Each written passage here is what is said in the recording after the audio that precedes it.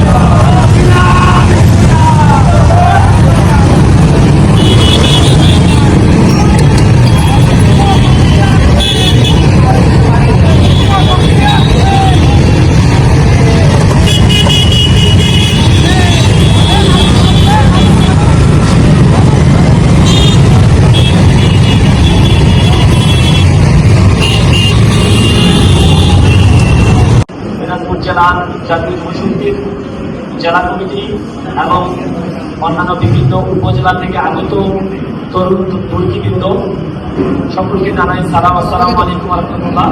অন্যান্য ধর্মাবলম্বীর প্রতি আন্তরিক শুভেচ্ছা।